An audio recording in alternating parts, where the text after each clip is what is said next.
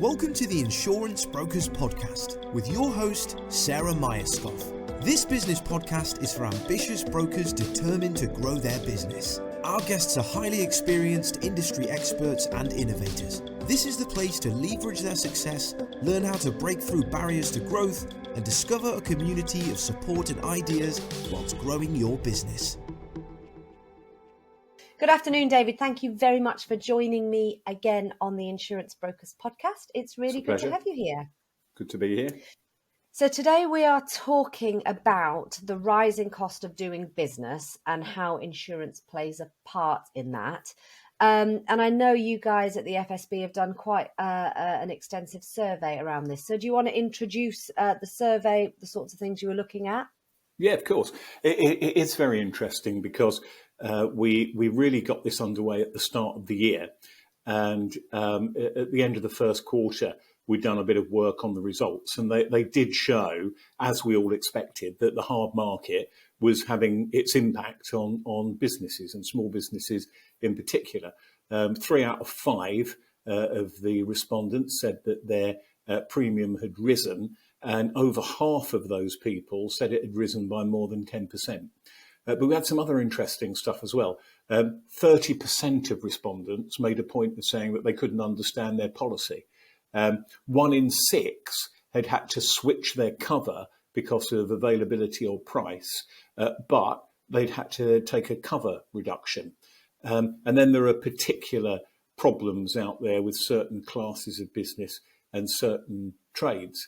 So, even before the COVID crisis, the hard market was sort of kicked off by a bit of a crisis in the PI market. We've been sort of shouting about that since January 2020, and it still seems to be a problem. We know that the FCA are doing some work on it through my work with the Small Businesses Practitioners panel there, but it remains an issue. And then, of course, there are trade sectors that are still being hit very hard: leisure and hospitality, the care sector, entertainment, and so on. And I think the problem we have is that there are issues there that need to be resolved, and there are willing parties that want to try and help. But we just seem to have been hit by one crisis after another, don't we? And so, in terms of, is it big news that smaller firms are struggling with insurance? Well, yes, it is big news, but it's not quite as big as COVID happening, as Prime Minister's changing, as Her Majesty passing away, as the energy crisis. And it's just become part of this thing that we're now calling the cost of doing business crisis. And I think when you consider that the UK market is predominantly made up of VSMEs. So our target market, our clients are in this VSME bracket. It's a really important thing to understand how all of these things are impacting what's keeping your clients up at night, I suppose. Very much so. And I think our biggest concern is that smaller firms quite often need as much advice as bigger firms, because a lot of them do all sorts of varied different things. They just do, they don't do it quite as much as a very large business does, but they still have the same complexities, the same issues to face, and they need to have people to talk to. And one of the areas that we're looking at particularly with a very willing insurance market, I should say, the composite insurers are on side with getting this right, is the sort of oversimplification of e-trade, particularly when it comes to the direct audience, because in order to try and accommodate e-trade, understandably, insurers are trying to keep their question sets down. And in keeping their question sets down, they're not always able to get the information that they need to get into the right place. We had an example where a fairly senior person from one of the large insurers came to see us specifically to have a look at how we trade. And this is what I mean about the cooperation we're getting now from larger insurers. They're interested to understand the stuff we're saying, and not just to sort of have a debate around the table. And he had a look at how we placed something on E-Trade, and came to the sudden realization that on our system, we have sufficient information for his business to quote for particular clients, but because of the simplification of the E-Trade system, his business isn't actually asking those questions. And in order for his business to accommodate those types of clients, it would have to go into a mid-market or branch team who, quite frankly, are very busy with larger, complicated stuff. So it doesn't necessarily get done. And then, of course, the danger is that someone goes online. And when you've got someone online without advice, without an experienced insurance person behind them, then the obvious thing to do is to try and make it work. So, you answer the half a dozen questions until it gives you the quote, and you think, oh, I've done a good job there. The fact that you perhaps are buying something that's unsuitable, it won't be obvious to what we call the unsophisticated buyer. I think I've heard this contention come up a few times between minimizing question set and needing the information. And there's lots of tech out there that people are talking about pulling information in from different platforms, from different places, publicly available information. What I find interesting from a user perspective is most of my information pre-populates when I go in an online form because it knows it's there. So it is absolutely the easiest thing to do. When, like you said, time is of the essence. Where as a VSME myself, I'm wearing 1,200 different hats. And the quicker and simpler something is, the better it is for me. Exactly. And when it works very well, and we're massively in favour of it. As a broker that's looking after the small business community, and these are busy people. They've not got a department of people placing their insurance. The person that's buying the insurance is often the same person that's making the stuff or delivering the stuff or building the stuff. They haven't got time. So the simpler we can make it, the better. And we're all in favour of that, provided the person that we're talking to is getting the right advice. An example being, and I'll probably bore listeners with using the same examples again and again, but examples are people who perhaps used to sell things from a premises, and they suddenly discover that in actual fact they can make the things more cheaply themselves. So a retail premises becomes a retail manufacturer. Then they decide, probably it's better if I deliver this and install it. So something that looks like a shop when it's first on, comes in, turns out to be a retailer, manufacturer, installer, deliverer, and it needs someone to tease those questions out to make sure that the right insurance is bought. There's a terrific example of one of the FSB has awards every year. And one of my favourites in the SME category and the micro business category last year was a Scottish fisherman, and this chap had spent his whole life going out in his boat, coming back in the early morning. He's got a great catch. He's very famous for the fact locally that he knows where to go and the quality of his fish is superb. So he arrives at the quayside, down come the locals, down come the restaurants within a sort of a 10-mile radius and the fishmongers that know him and come and gather the stuff. During COVID, that all stopped. But someone suggested to him that, well, why don't you use sort of this sort of ice packing technology and start to sell your fish online?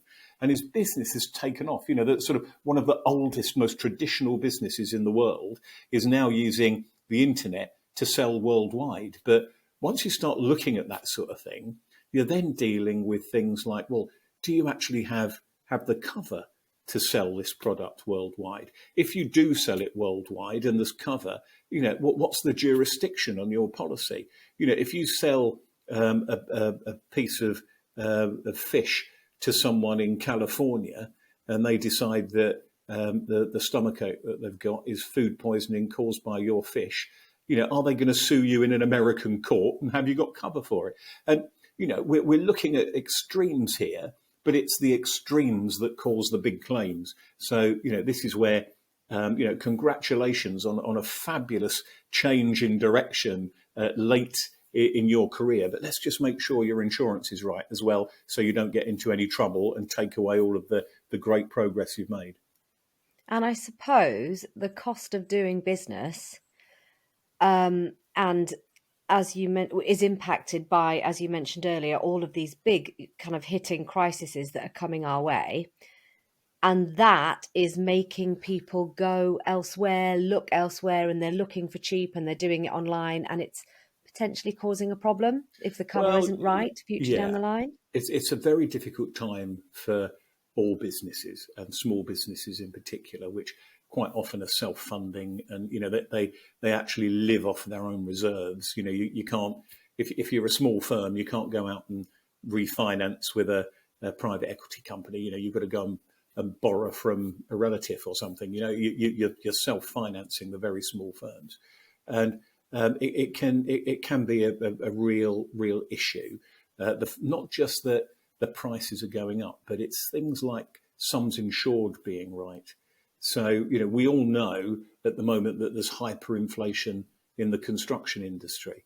But if you're talking to an SME who's already seeing a 20% premium increase, and you're saying, oh, by the way, you really should have a look at your building sum insured because of hyperinflation in the construction industry, it doesn't bode well. It doesn't sit well because that's going to cost even more.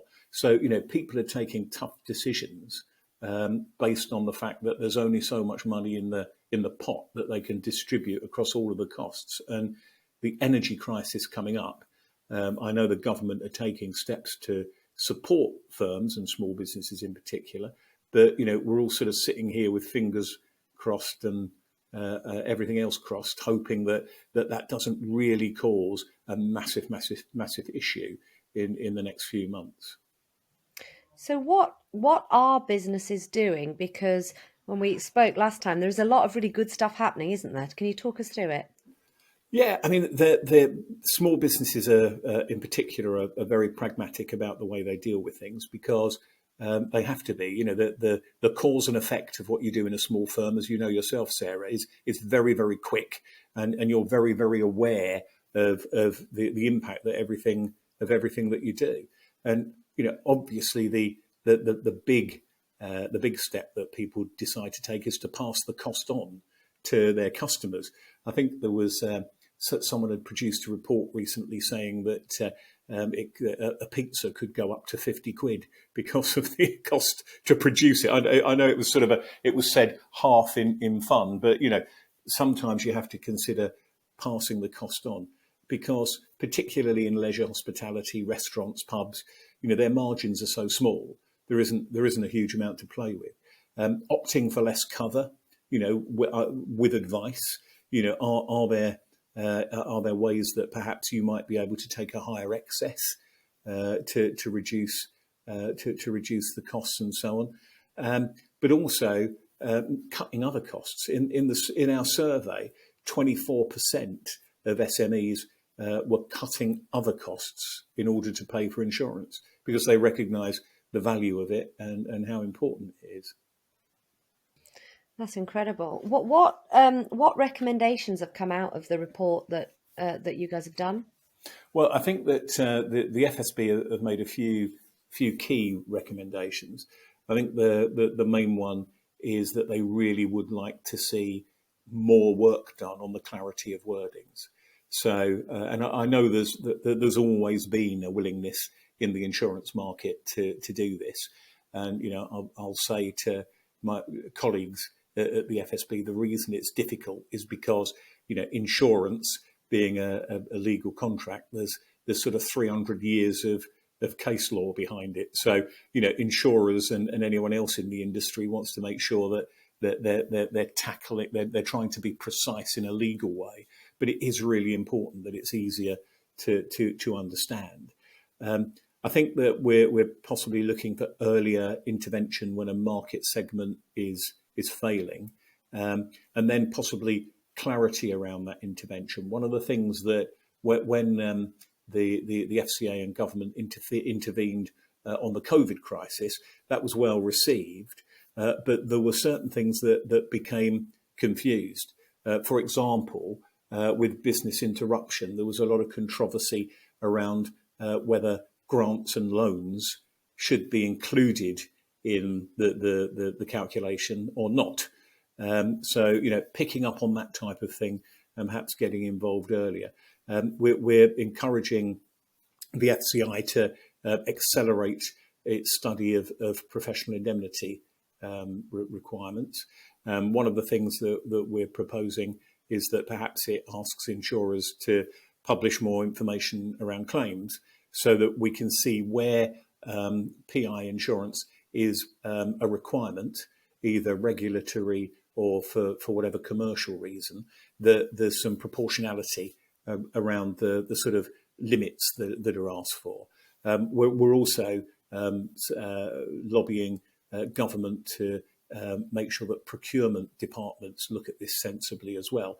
So, for example, at the moment, there are some procurement departments in public bodies and what have you. They'll have set rules and regulations around the insurance requirements, and they'll be the same for anybody.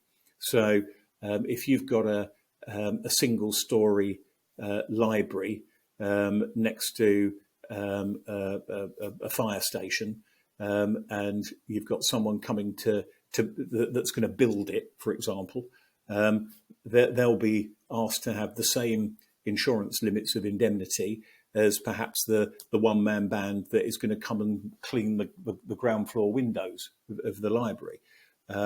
So the Greater London authorities have had a look at this and have already done some experimentation with smaller firms in less risky environments having lower limits of indemnity, because that is quite often either the companies that are looking at these procurement deals, they'll either just go for it and submit their quotation and look for the insurance afterwards, and then just it becomes unaffordable, or they just they get their insurance requirements looked at and walk away because the demands are so high that they can't afford the insurance.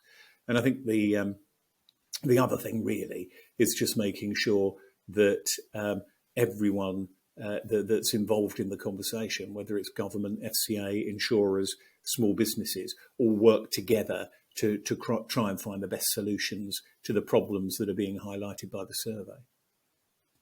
You've touched on the PI conversation and highlighted that you guys have been working on this since January 2020. You've also touched on the fact that the cost of doing business from your survey has kind of almost gone under the carpet because we've been hit by so many other political changes and lifestyle changes, I suppose, with the rising cost of energy. How do we keep the small parts of this rising cost of doing business alive in their own kind of entity? How do we keep this topic on people's lips, being talked about in boardrooms? How do we do that? Well, I think it's making sure that the message continues to be out there.